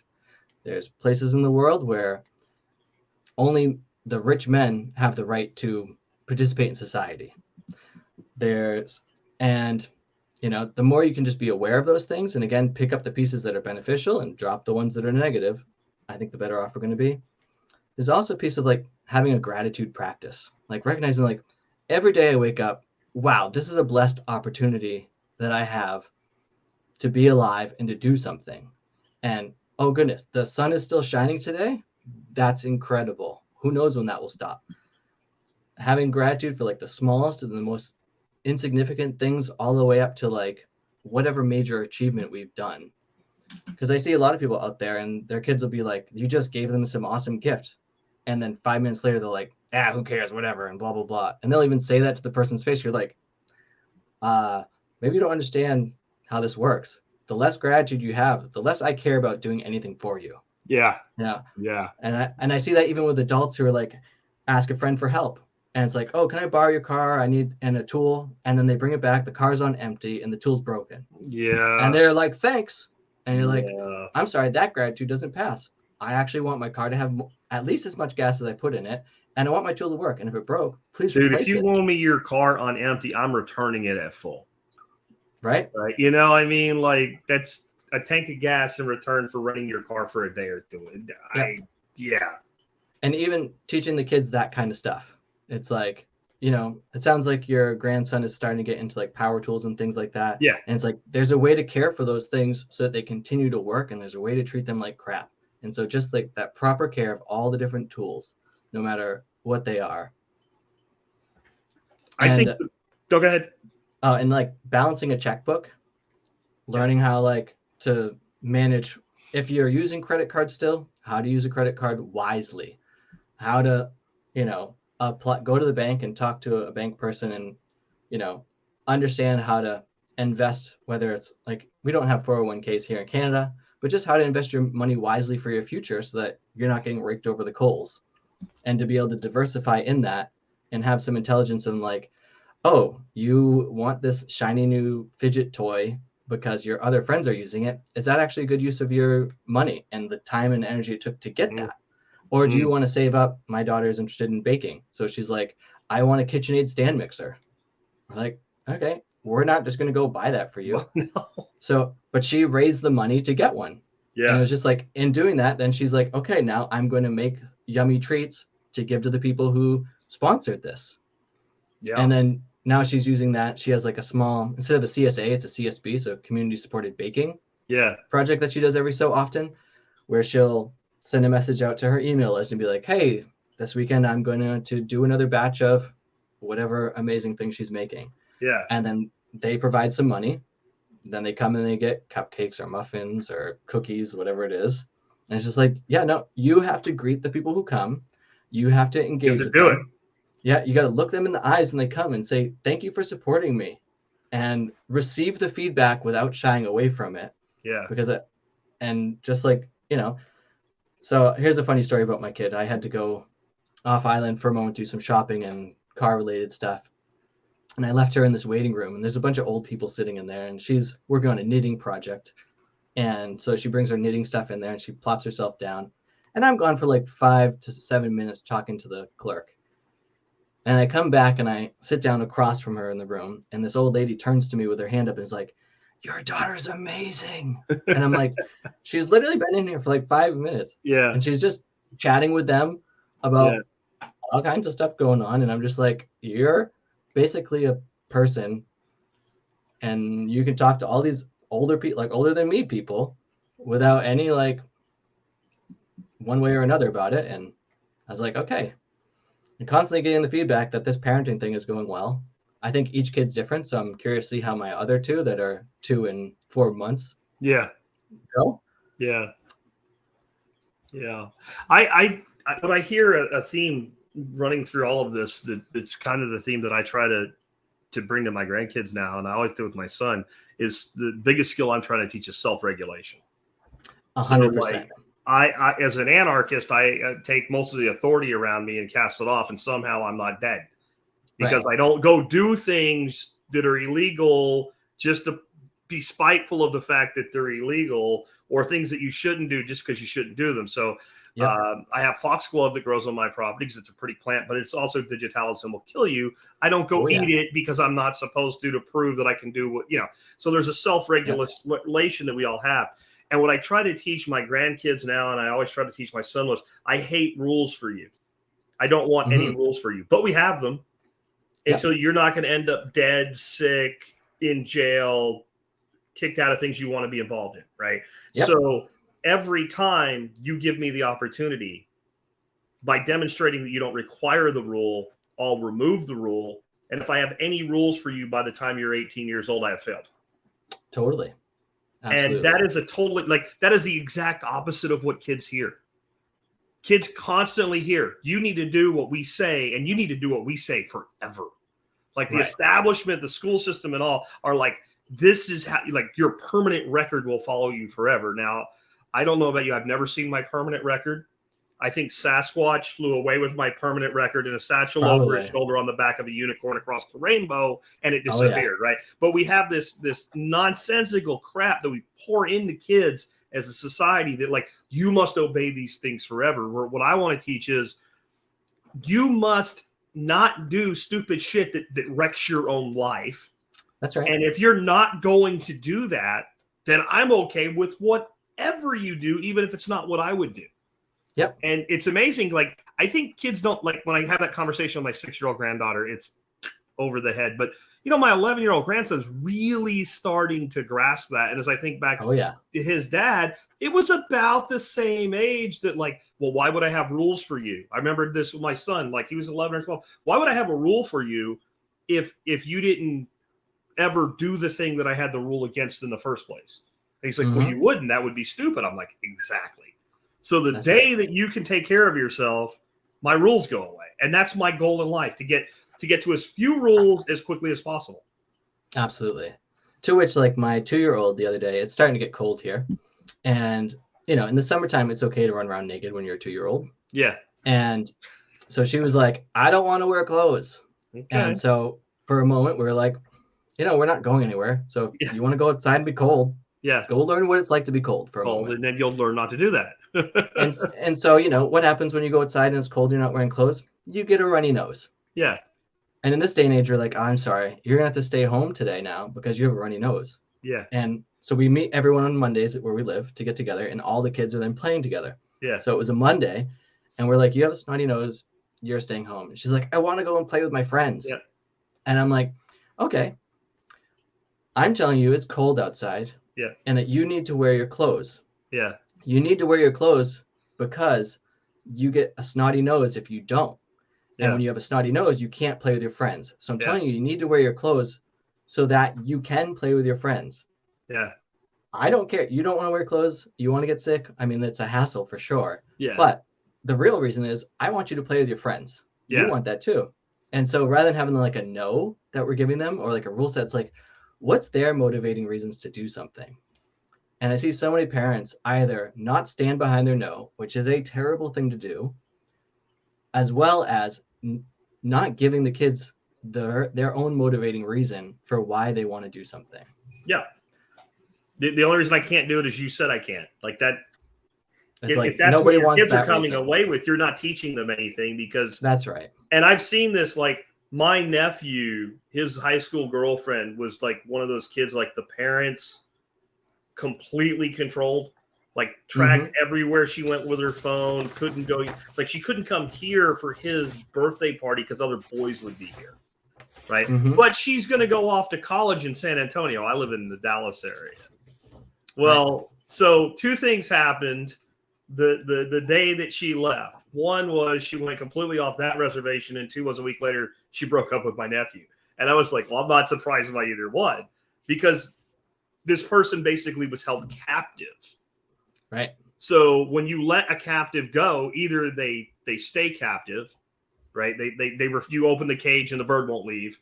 Yeah. But most of the time they go complete batshit crazy. When it's a human, that human's been formulating in its mind for 18 years. When I get free, I'm going to go do all this, and probably kind of lost touch with her because she was through a nephew anyway, and I don't really spend that much time talking to 18-year-old girls, but I'm pretty sure that whatever happened after we lost knowledge was probably worse because that person never learned self-regulation. And then they were also dealing with like all this hostility of always feeling restricted where, if you train a child right, people will hate when I say this, but in some ways it's like training a dog correctly. Like I don't want the dog to associate me with the negative consequence. I want the dog to associate the negative behavior with the negative consequence. Absolutely. So if you allow the child to pick the mistakes you let them make. The mistake you let her make, not that big a deal. Inconvenient for you too, but once or twice and it stops, then you don't have to deal with it ever again because the behavior itself causes a negative consequence. Not dad gave me a negative consequence. I gave myself one. Raising little anarchists. That's the only way to do it. Pretty much. What are your thoughts on wealth? I mean, this is something I think that we don't discuss enough. I think that our vision of wealth in the modern age is completely divorced from true wealth in many ways. I've had money and I've not had money, and having money sucks less for sure. I mean, but I think that like the money to me is a means to an end. Like when all the COVID craziness went on and I'm like, I have my own little fiefdom here, my beautiful property. Like my life just didn't change. Like, don't go outside. You can't tell me what to do. And I just went on with my life. And I think that having a mix of what modern day wealth is supposed to be in the form of capital and money and property, but also having the lifestyle that was basically unmoved was more important than the money. Yes. Now I was listening to the Pimpcast several weeks ago, Billy Bond. Yeah. And the lady's name was The Real Erin, and I don't remember her last name, was chatting. And what she said about wealth was that wealth is what's between your ears. And the knowledge that like riches is the cash, gold, Bitcoin, whatever that you're holding. So you can lose all your riches. And as long as you have wealth, you're going to rebuild the riches. And I was like, that's actually a pretty potent thing. You know, the wealth is like, to me, is also like our health. You mentioned lifestyle. Like I work 3, maybe 4 days a week doing labor work for people. And then the other 4 to 3 days a week, I'm here one day doing stuff on the land with people, but then I have 2 days that are with my family for sure, maybe 3, because I find valuing the time with my family brings more wealth into my life and the life of my kids than having to be gone working a whole bunch. I also think that play is a form of wealth. Like in this men's group that I'm a part of, we basically play something different every Tuesday evening. And just that notion that like, oh, I get to like do these things that are literally just fun. It's great to do, have side hustles and constantly be like, I'm building the riches. Yeah. That's important to do. Obviously your life will be more comfortable with more riches, but at a certain point, it seems like that's actually not true. At a certain point, it's just a headache if you don't know what to do with the excess riches. And along with that, I like this game of like the seed lottery. So you mentioned the other day, was it the snake bean that you experimented with and loved? Yeah. And that you'll buy like, 4 or 5 other seeds to try out to see what might work. That to me is the seed lottery. You're spending like $5 or whatever a pack of seeds, and you're not going to win on every one of them. But when you do win, it's like, oh, that was good, and I'm going to do that again. I sort of see like people buying Bitcoins the same way. It's a bit of a lottery. Like, don't just put your whole life savings into it, people, and definitely don't put your rent money in it. But buy a little bit over time, and with a long enough time horizon, I think that lottery is going to pay out. Relationships are kind of a form of wealth as well. The more community that you have around you that you can actually count on, rather than just being a solo person or even a couple, it makes life easier. I built a chicken coop since moving here, and I had 2 friends come and help with that project. It went way smoother with them. The house I'm living in right now, there was a problem with the roof. And so over in August, I took the whole roof off over the course of a weekend, and I lifted a section of the roof as well to make a new room. I'm still working on the room space, but I think it was something like 18 different friends come by and help over the course of that 4-day weekend. And it was just like, everything went so much smoother and swifter by having all of that community and help on hand. And I see the same thing for trees as like a lottery thing too. You might buy a whole swack of trees and maybe like 50% of them make it. It's like, well, the other 50%, you lost the lottery. And then the question is like, when will they start producing whatever it is they produce?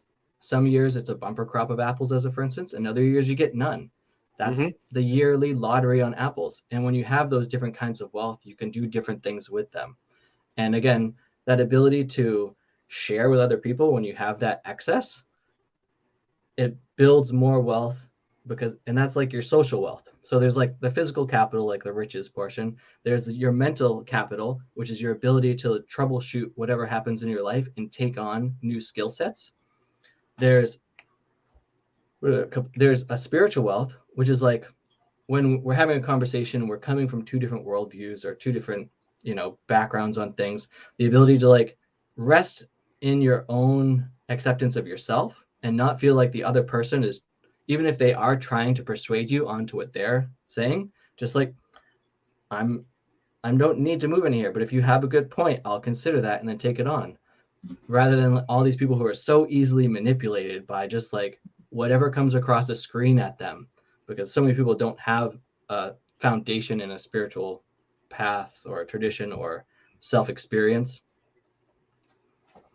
Yeah, I almost think it comes down to like with the money side of it, because all of these things are made easier with some money. Like sufficient money brings mental freedom, and excessive money brings mental illness is almost what it seems like. When I see a person who has more money than they could ever spend, more money than their kids could ever spend, more money than their grandkids could ever spend, and they're on a quest for more money.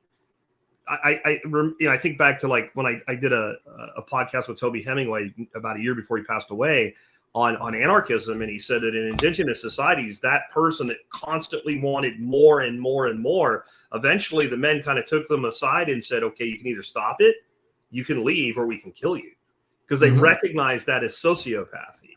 Totally. And we probably all have at least some piece of that in us. And there's, one person can use drugs and then stop using drugs and use them recreationally, and another person becomes an addict, and you think it's just biochemical, but it could have been that the person that was able to easily transition back and forth, had they lived a different life and had different mental and spiritual problems, would have become the addict, and the addict would never, like, you don't know when that person becomes able to acquire that wealth, how it's going to affect them.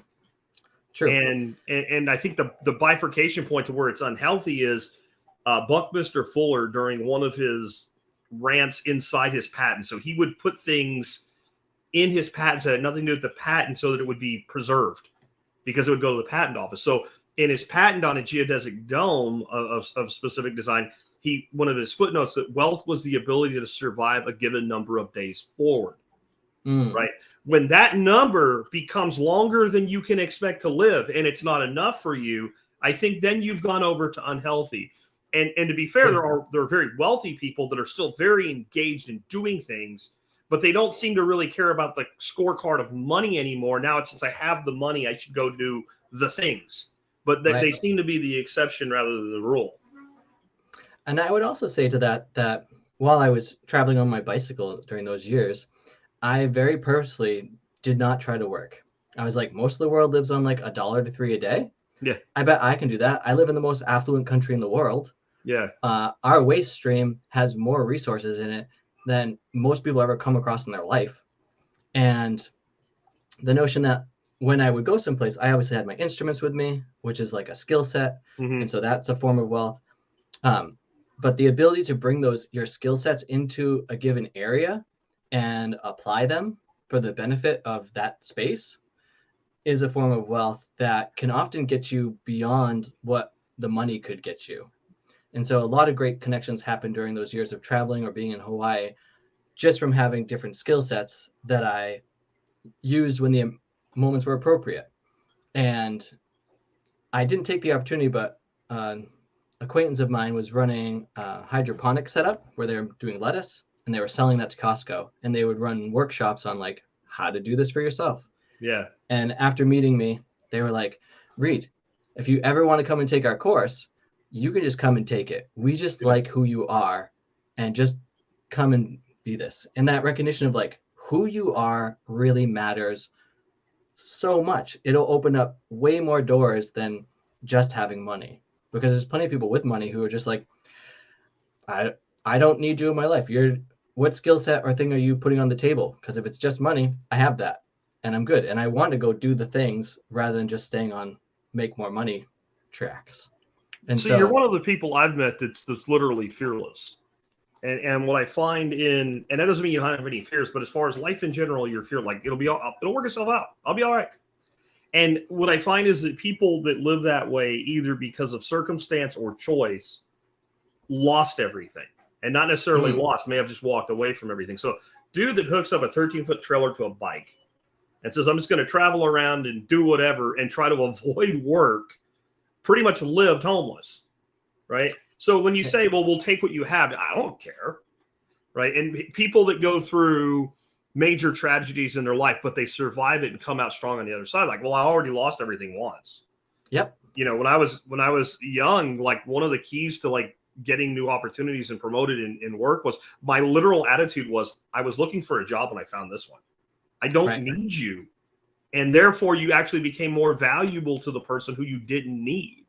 That's And, right. you know, when you go through wilderness training and you go out into the woods and you live for a week on your own with the stuff that you can carry on your back, you're like, well, if I had to, I can serve. I don't want to live this way, but I can. So anything above this is good.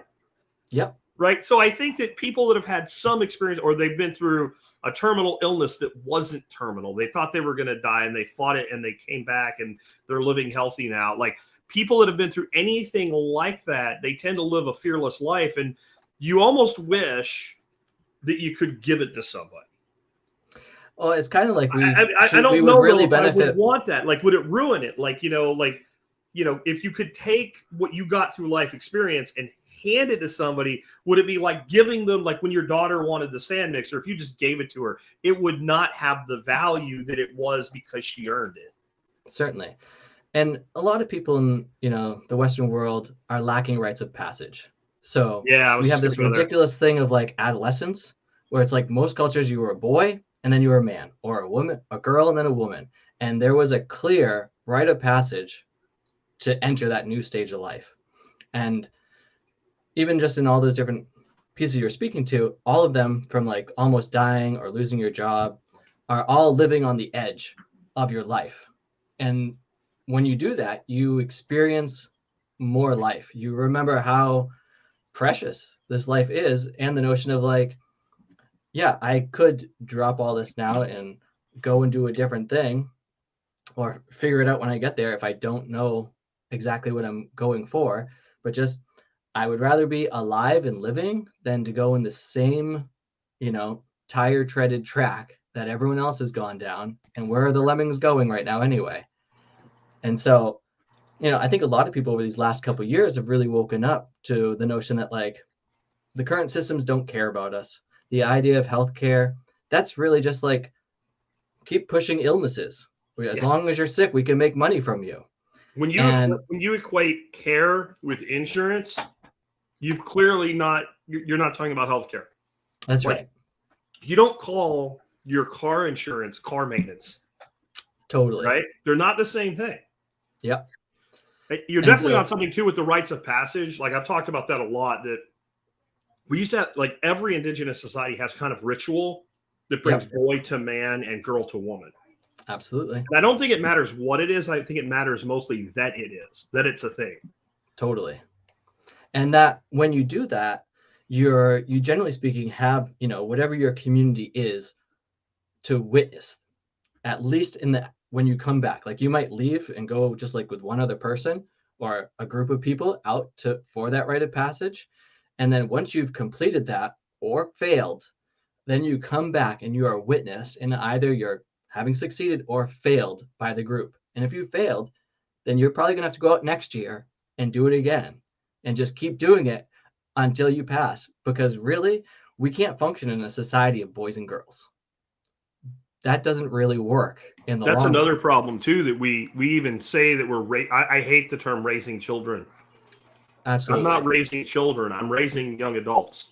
Yep. They are children, but that's not my job to keep them there. I'm not tending children. I'm raising adults. Absolutely. And just that notion that a lot of people seem like they're trying to keep children innocent or young or at a particular developmental stage. I'm just like, if they're interested in something, let them learn about it. So with my 11-year-old daughter, she's experienced 2 births at home now. And while my wife was gestating the young, there's a book by Alex Gray. I think it's called Sacred Mirrors. He's an artist who he worked at a coroner's office for a while, dissecting bodies and all that. And so he's incredible at drawing out the muscles and the bones and the veins and the arteries and the like organs. The Leonardo da Vinci sketches of the body. Just like that, except that he also puts in like the meridians of like Chinese acupuncture in there and chakras of the Indian-based system into it. And then he goes and he has a series where it's him and his wife, and they are creating their daughter. And so from the point of inception, right through all the periods of gestation, seeing the fetus growing in the womb and all that, he's got all that in great detail through the process of like giving birth and afterwards. And when she was like, "What's happening?" I was like, "Let's open this up and you can see what's happening." And just having that kind of like real detailed look at like, this is what's going on. this is what it's about. What are your questions? And then just answering the questions as they come up with, and I think that's easier again if you're coming from a place where it's okay to like, hug your children, and it's okay to like show affection to your wife or your partner. And it's just like, when your grandparents come over and you give them hugs, it's just like, it's not a big deal. Oh, grandma's shoulder starts, I'm going to just massage them. It's just part of life and part of caring for each other. And, when you grow up, my daughter, and you eventually have a boyfriend or girlfriend or whatever, like, I hope that you're able to communicate about how you want to be touched in a way that brings more pleasure and joy into your own life. Because if you're getting beat up in the situation, I hope you kill the dude or the lady or whatever. Like, I'm going to still love you so much. I don't care. Like, if it's self-defense, go almost all the way, right? Depending on what they're going to do. Well, when I think of my granddaughter and you say something like that, it's like, well, if you don't, then grandpa's gonna. So, right. There's things that we don't allow. And as we're talking about kids here, for anybody that's watching the video and thinks it might be rude that I'm eating while he's talking, my grandkids made me food and brought it to me. Oh, that's so sweet. And when your grandkids bring you food, you eat it while it's hot. Absolutely. So that's why I've been scarfing a little bit of grandkid chow here. Anyway, I also, you were talking about home births. Like, so you guys have done this now. You live on a small island. There is a hospital there, so that changes the question I was going to have for you. Like, I have a friend, and they do home births, and their last one, they had to, like, care flight to the hospital. So do you have concerns? I mean, how do you handle kind of rural setting, home birth? How do you make that work? Sure. So this is our third one, and I'm hoping to put an end to having kids after this. However, with that, each of them was a very different experience. Our first child was completely unassisted. There was like a doula on site, but other than that, we just had a couple friends who ended up showing up to be of mild assistance late in the process, and then afterwards. The second child, who was born here on Salt Spring Island, we utilized the midwife system that's present here, and we found it was like slightly intrusive. They have the ways that they want to like test and check up on the kid, and then they're trying to like, I don't know what all the different drugs are that they give the lady to help her out and stuff, but they're asking like, hey, do you want this or that? And when someone's giving birth, it's a lot. It's a big experience. You're only, So the last thing I want is to be asked some question about some chemical thing that I have almost no idea about, because I stay pretty uninformed by and large. And my wife, who had drawn up a really nice like birthing document with all these kind of questions laid out with answers, I couldn't even find that stuff when it was there.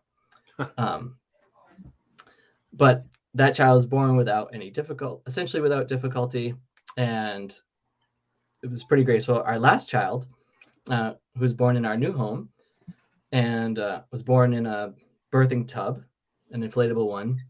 The midwives on the island were going through different bureaucratic difficulties, and so there was technically no births happening on the island at the time. Like, if you were going to have a kid, they were telling you need to go off island, go rent an Airbnb for like a month to make sure that you're there when the kid's born, for a maternity ward that would take you. And so we were like, yeah, we're not doing that. My wife is also a very socially engaged person, and so she had, I think it was called a birthing council, with just like an open conversation for ladies on the island around like giving birth here and the current challenges that we're facing. And at that meeting were some other ladies who are midwives but are not registered, so they don't have like a legal thing that they're doing that with, but they basically gave out like a little crayon written card like, here's my name and number, and if you need help or want help, feel free to ring. So when my wife went into labor, she had a few friends who came by to be supportive, which is amazing. I recommend that anyone who does a home birth have some group of like 3 to 5 likely ladies who are going to be there to be support structures, because frankly, ladies know how to care for each other oftentimes better than men. And having that kind of care that they want there is better than me, who's just going to be like, I'm just going to make my old same breakfast and go on with the day. And so after the birth, there were complications. There was some hemorrhaging that was taking place, and the bleeding wasn't stopping. And so one of those ladies that we had as a friend, as a massage therapist, one of her clients happens to be one of the midwives who does work on island, and was able to contact her to be like, I can't give you a massage today. I'm at this friend's birth. There's complications. Can you go into the hospital to be ready for her when she arrives? Because we're going to have to call the ambulance pretty soon to come. Our midwife friend had come over, who was amazing. Like a person who, she had lived over in France for many years and was doing midwifery over there. And so she was able to help regulate my wife's experience and was like, you should actually go and get, more care. We can't really do everything here for you.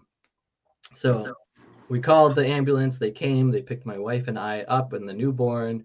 My other two children stayed with some of these friends who were here, and we went off to the hospital. At the hospital, the midwife had been there and waiting. There was also another, I don't know what all the nurse ladies are called, but a nurse who's more in the birthing world was there. Okay. And the midwife lady pulled out all these blood clots from inside.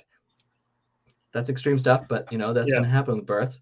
And had basically resolved the situation at our local hospital. However, we don't have a maternity ward at the hospital. And so just for observational purposes, they're like, we're going to fly you in the helicopter over to Vancover Island, and you can spend a night in a hospital over there. So I'm then at the hospital. My wife's like, okay, I'm going to go on a helicopter with our newborn. Yeah. And she's like, I'm basically fine. It's just for observation. I'm like, okay, I still need to figure out what's happening with our other kids. Yeah. And I had gone in the ambulance, so I also need to arrange for my vehicle to get to me. Yeah. With the car seat and all the stuff. So that happened relatively gracefully. We went over to the hospital. We stayed over there, which was actually a lovely space to be from the context of it was quiet. For whatever reason, like the maternity ward there, and I guess it was pretty busy, but the rooms are really well insulated, so you don't hear all the screaming babies. Yeah. And then we didn't have two other children wanting to just be in our faces, like so excited about the situation. Yeah. So we both got slightly better rest. Her bleeding had stopped. Everything was good the next day, and so we were able to leave without too much interference from the hospital in that regard. And it's funny because they ask you, oh, do you want this shot for your kid or that shot for your kid? Do you want this other shot for your kid? And what about this shot and this test and this other shot? And I'm just like, nope. And then right before we leave, this one lady doctor comes in and is like, so maybe you and your husband want to get tested for syphilis while you're here. And I was just like, syphilis, you say? Yeah, there's it's on an uptick here in the community. And I'm like, well, one thing, we're not in this community. Yeah. For another thing, we've been married for 12 years. Yeah. Don't the signs of syphilis show themselves before that point? She's like, oh yeah, they do. Then I can just tell you right now, okay. We don't have it. We're good. We don't and I don't need to be tested for it. Yeah.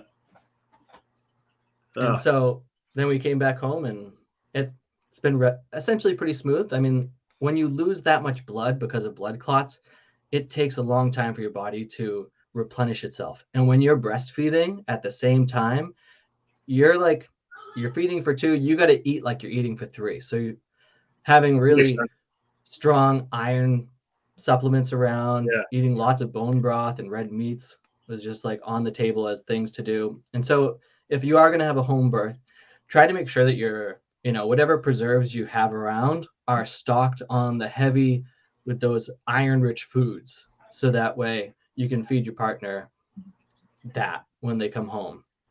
Another thing, if you're doing, whether it's a home birth or otherwise, there's meal trains that happen. There's a website for this where you can create it online, but it's an opportunity for your local community to bring you a meal a day, basically. And it's free for them to sign up for it and to use this. But we had about a month's worth of dinners come in from our local community. And that's really helpful right after you give birth, because there's so much more laundry. There's so much more everything taking place. And you're down one of your critical members of the family because they're essentially recuperating from a major life moment. So any way that you can allow help to come into your life. I know a lot of us, we don't want to ask for help. We think we should just do it all our own and all this kind of stuff. And I'm just like, I think that we should ask for all the help. And then when someone else is asking for help, go and help them too. It's a multi-way street, and receive from many directions and then give in many directions. That's what creates a great community. And when we're bringing new babies into the world, you want to have that feeling of a strong network of people around you who are actually looking out for each other. So that my wife felt so much more at ease because you could feel the layers of support being present. And that was during the pregnancy, during the birth, and after the birth. And so, and unless you're like full trained in your medical awarenesses, there's lots of things that can happen during a birthing process that you can lose the lady or the child. And so just to be mindful that like, this is a serious moment. Like I wouldn't be doing open heart surgery in the same way that I'm not going to be the person like birthing or being the primary person at, in charge of that. If there's an umbilical cord wrapped around the neck or the baby's like breaching or any of these things, it's nice to have someone who's there who has seen it before. It used to be as like women doing their rites of passage, it was birth. Yeah. And you would have all of these older women who have been through it a whole bunch of times or seen it a whole bunch of times show up, and they would know things that like, hey, maybe a generation or two ago it was that someone had one of these issues come up, and they would know what to do. Yeah. And so to bring all that knowledge set back into your local community so that we can have these births where we won't be pressured into whatever medical treatments they're trying to do to the kids at unreasonable ages. And I think that the more we can do that, the less we'll have to. The fact that you can often means you don't have to. Because there are people that I've talked to people that were doing the home birth thing, and then like toward the end of the third trimester, the midwife, whoever they were working with, would say, yeah, you shouldn't do that this time.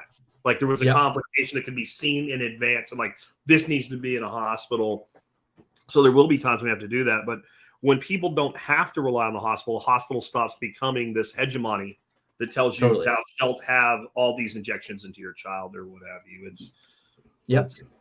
And if people are interested in this, you can check out the Free Birth Society. They have a lot of good information on this. And there's a lady named Ida May who was at the farm in Tennessee who is doing a lot of work in the birthing world. So if you're interested in that, I invite you to check both of those places out for more resources on that. Very cool, Reed. Well, this has been a great discussion. You want to tell people how they can find out more about you? Sure.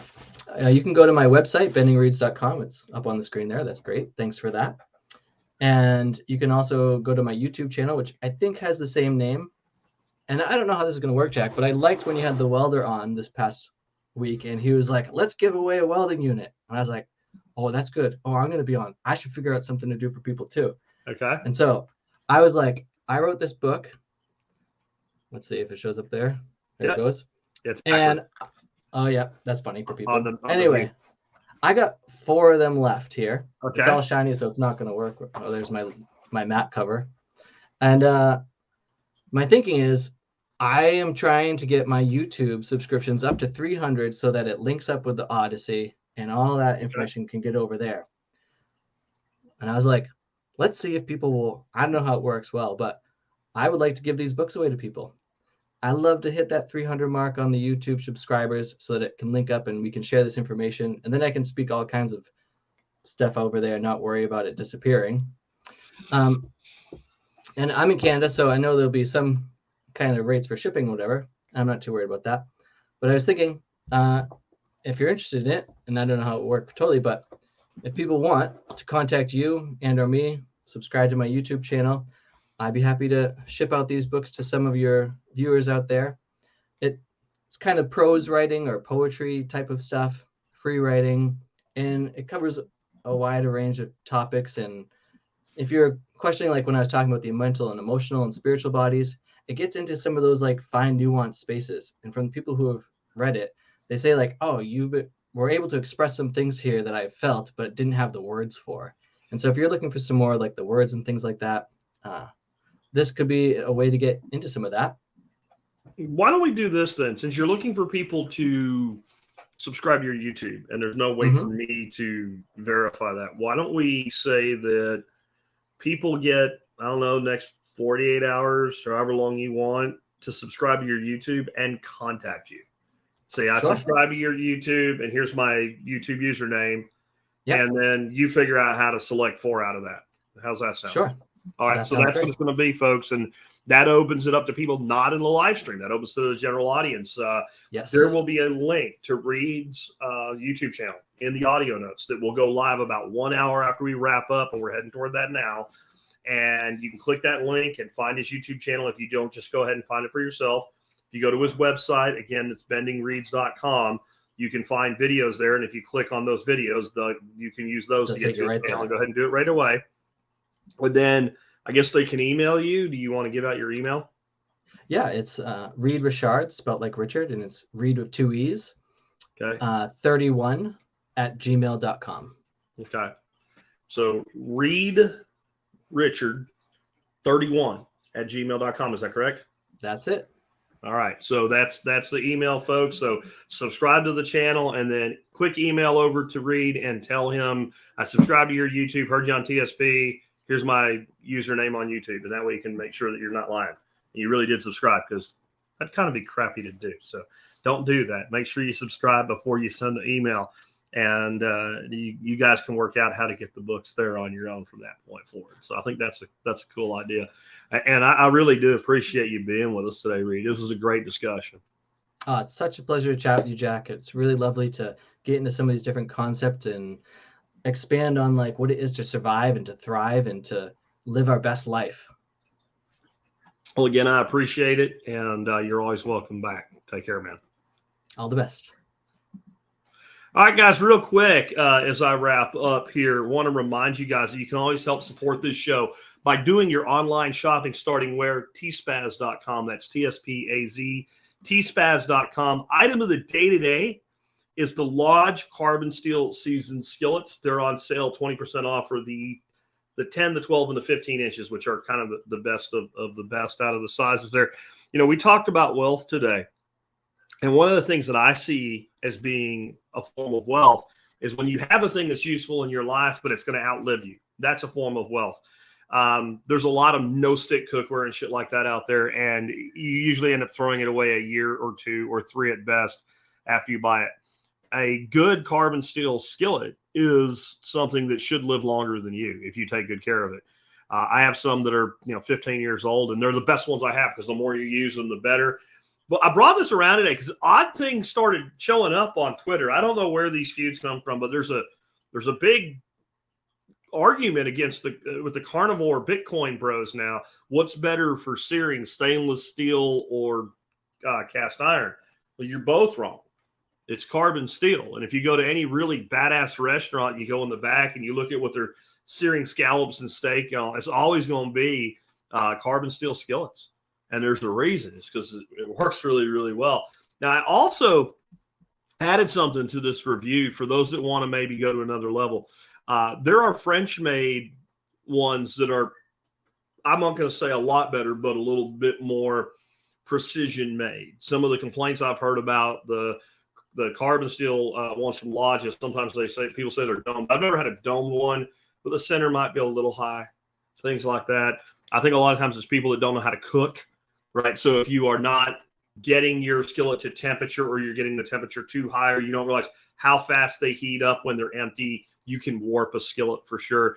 But if you want to go with the higher end French made stuff, then you can definitely do that. Also, real quick, wanted to remind you guys about the Fold card. We talked about Bitcoin a little bit today.